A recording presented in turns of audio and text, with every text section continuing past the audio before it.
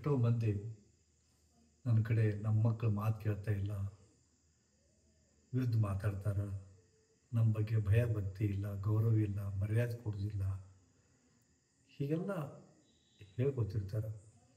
ಚಟ ಮಾಡ್ತಾನೆ, ಚಟಗಳ ದಾಸೆಯನ, ಅವಾಗ ಹೆಂಗೆ ತಿದ್ದೋದು ನಮ್ಗೆ ಗೊತ್ತೇ ಆಗ್ತಾಯಿಲ್ಲ, ಘಟ್ಟದನ, ಹಿಂಗೆ ಈ ಥರ ಮಕ್ಕಳ ಕೆಲವು ಅನುಚಿತ ವರ್ತನೆಗಳು ಮತ್ತು ಅವ್ರ ದೌರ್ಬಲ್ಯಗಳನ್ನು ಬಂದು ಹೇಳ್ಕೊತಾರೆ.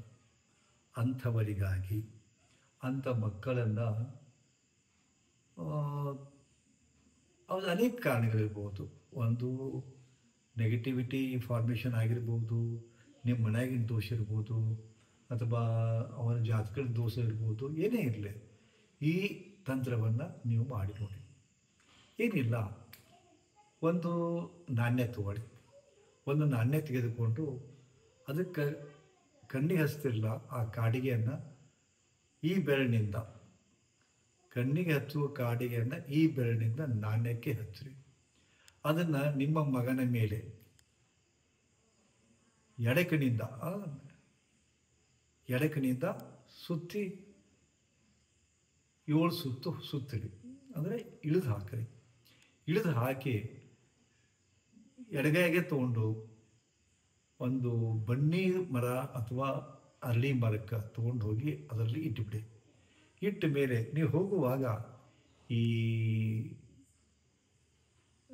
ಇದು ಯಾವುದು ದೈವಿಕ ಚೂರ್ಣ, ದೈವಿಕ ಚೂರ್ಣ ಅಂತಕೊಂಡು ನೀವು ಮಾಡಿಸಿದಿರಲ್ಲ, ಅನೇಕ ಕೆಲಸಗಳ ಕಾರ್ಯಗಳು ಬರ್ತೈತೆ. ಸುಮಾರು 200 ಕೆಲಸಕ್ಕೆ ಬರ್ತೈತೆ ಅದು. 200-300 ಕೆಲಸಕ್ಕೆ ಈ ದೈವಿಕ ಚೂರ್ಣವನ್ನು ಬಳಸಬಹುದಾಗಿದೆ. ಎಷ್ಟೋ ಜನಕ್ಕೆ ನೀವು ಇದನ್ನು ಯಾವ ಗ್ರಂಥದಲ್ಲಿ ಹೇಳಿದ್ದಾರೆ, ನೀವು ಗ್ರಂಥದಲ್ಲಿ ಹೇಳಿದ್ದನ್ನು ನೀವು ನಮಗೆ ಹೇಳಿದ್ರಪ್ಪ ಅಂತಂದ್ರೆ ನಮಗೆ ನಂಬಿಕೆ ಬರ್ತದೆ ಅಂತಾರೆ. ಗ್ರಂಥದಲ್ಲಿ ಇಂಥವೆಲ್ಲ ಹೇಳಿರ್ಲಿಕ್ಕಿಲ್ಲ, ಆದರೆ ಈ ದೈವಿಕ ಚೂರ್ಣದಲ್ಲಿ ಬಳಕೆಯಾದಂಥ ವಸ್ತುಗಳ ಬಗ್ಗೆ ನಿಮ್ಗೆ ಐಡಿಯಾ ಇಲ್ಲ. ಅರಿಶಿನ ಅದ್ಭುತ, ಲವಂಗ ಮತ್ತೊಂದು ಅದ್ಭುತ, ಯಾಲಕ್ಕಿ ಮತ್ತಷ್ಟು ಅದ್ಭುತ.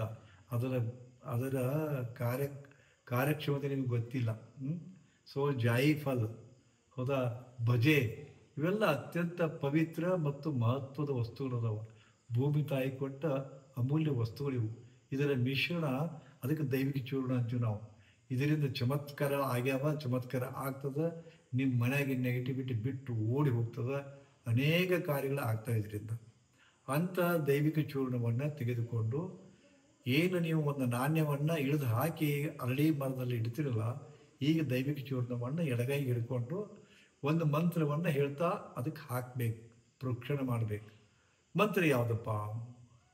ಓಂ ದಕ್ಷಿಣ ಮುಖಾಯ.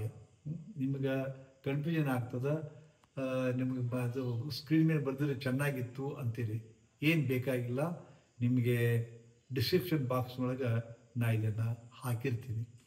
ಓಂ ದಕ್ಷಿಣ ಮುಖಾಯ ಪಂಚಮುಖ ಹನುಮತೆ ಕರಾಳವದನಾಯ. ಓಂ ದಕ್ಷಿಣ ಮುಖಾಯ ಪಂಚಮುಖ ಹನುಮತೆ ಕರಾಳವದನಾಯ ನಾರಸಿಂಹಾಯ. ಓಂ ರಾಮ್ ರೀಂ ರೂಂ ರೌಂ. ದಯವಿಟ್ಟು ಕೇಳ್ಕೊಳ್ಳಿ. ಓಂ ರಾಮ್ ರೀಂ ರೂಂ ರೌಂ. ಇದಕ್ಕೆ ನಮ್ಮ ಮಂತ್ರ ಕೊಟ್ಟಿರ್ತೀನಿ. ಸಕಲ ಭೂತ ಪ್ರೇತ ಭೀತಿ ದಮನಾಯ ಸ್ವಾಹ. ಇದು ಮಂತ್ರವನ್ನು ಹೇಳಿ ಅದರ ಮೇಲೆ ಈ ಮೃಗಿ ಮುದ್ರದಿಂದ ಅದು ಸ್ವಲ್ಪ ಸಿಂಪಡಿಸ್ಬೇಕು. ನಾಣ್ಯದ ಮೇಲೆ ಹಾಕ್ಬೇಕು. ಹೀಗೆ ಒಂದು ಸಲ ಕೈ ಹಿಡ್ಕೊಂಡು ಮತ್ತೊಂದು ಮಂತ್ರ ಅಂತ ಅದಕ್ಕೆ ಹಾಕಬೇಕು. ಮಂತ್ರ ಅನ್ನೋದು ಹಾಕುವುದ 7 ಸರಿ ಹಾಕಿ ಅದಕ್ಕೆ ಕೈ ಮುಗಿದು ಸಂಕಲ್ಪ ಮಾಡಿಕೊಂಡು ತಿರುಗಿ ನೋಡದೆ ಬಂದು ಮನೆಯೊಳಗೆ ಹೋಗ್ರಿ. ಹೀಗೆ ಪ್ರತಿ ಶನಿವಾರದಿಂದ ಹಿಡ್ಕೊಂಡು ಶನಿವಾರದವರೆಗೂ ಮಾಡಿ. ಸುಮಾರು ಹೀಗೆ 3 ವಾರ ಮಾಡಿ. 21 ದಿವಸ, ಅಂದರೆ 21 ದಿವಸ ಮಾಡಿ. ನಿಮ್ಮ ಮಗುವಿನಲ್ಲಿ ಆಗ್ತಕ್ಕಂಥ ಬದಲಾವಣೆಯನ್ನು ನೋಡ್ಕೊಳ್ಳಿ. ಇಲ್ಲಿ ಮುಖ್ಯ ಅಂದರೆ ಸಂಕಲ್ಪ ಮಾಡಿಕೊಳ್ಳೋದು. ದೇವರೇ, ನಿನ್ನ ದಯೆಯಿಂದ ನನ್ನ ಮಗನ ಬುದ್ಧಿಮಾಂದ್ಯತೆ ಹೋಗಿದೆ.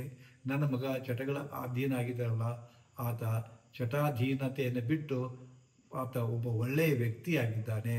ಮತ್ತು ಆತ ದಡ್ಡ ಇದ್ದುದನ್ನು ಬಿಟ್ಟು ಅದು ಜಾಣನಾಗಿದ್ದಾನೆ, ಆತ ವಿವೇಕಿಯಾಗಿದ್ದಾನೆ. ಹೀಗೆ ನಿಮಗೆ ನಿಮ್ಮ ಮಗ ಏನು ಆಗಬೇಕು ಅಂತ ಒಂದು ನಿರೀಕ್ಷೆ ಅದ, ಅದನ್ನು ದೇವ್ರ ಮುಂದೆ ಹೇಳ್ಕೋಬೇಕು.